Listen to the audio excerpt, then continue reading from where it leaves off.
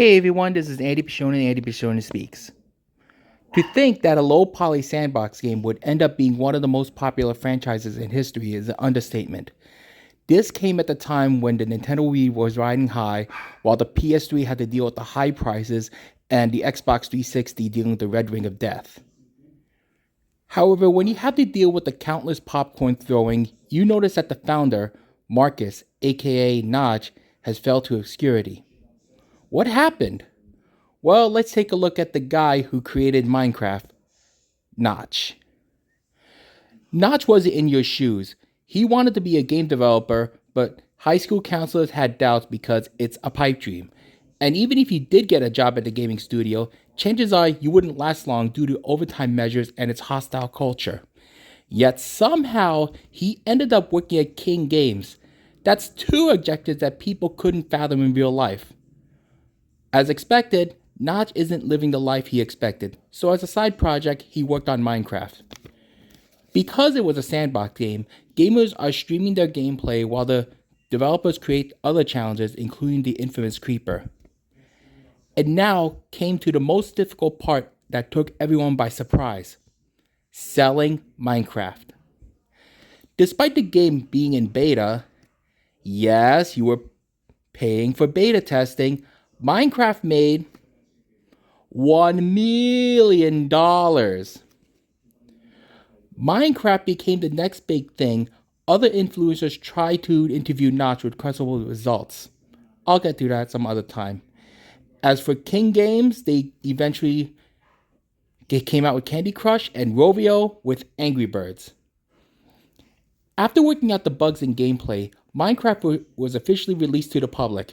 A million more copies had been sold due to getting released in multiple platforms. And because it's becoming mainstream, Notch stepped aside and let the team handle the glitches. Years later, Notch, despite not having an active role on Minecraft, made a tweet one day if anyone's interested in buying him out. Whether or not it was a joke, he was still dealing with the critics and the inflammatory comments because he's the creator.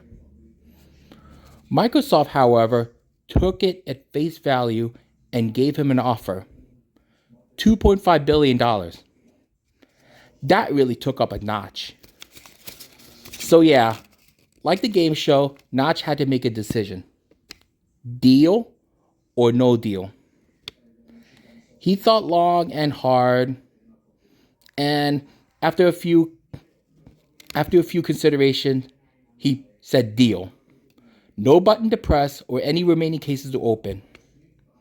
So after taxes and fees, he walked away as a billionaire. Now, unlike that other billionaire crashing at the White House, Notch treated himself. He got himself a mansion that he somehow outbidded with Jay-Z and Beyonce, and he had alongside other shiny toys, by including a candy bar he seemed to have a crush on. His retirement seemed to go well that he invited other influencers to his parties, hanging around with celebrities and the like. Now this right here should have been one of independent gamers' success story. Notch went against all odds and made it big time. His Minecraft character Steve had cameos from Super Meat Boy to Super Smash Bros. He outlasted Phil Fish. He actually released the game without taking Kickstarter's money, and he didn't get into the whole loot box scandal. So what actually happened?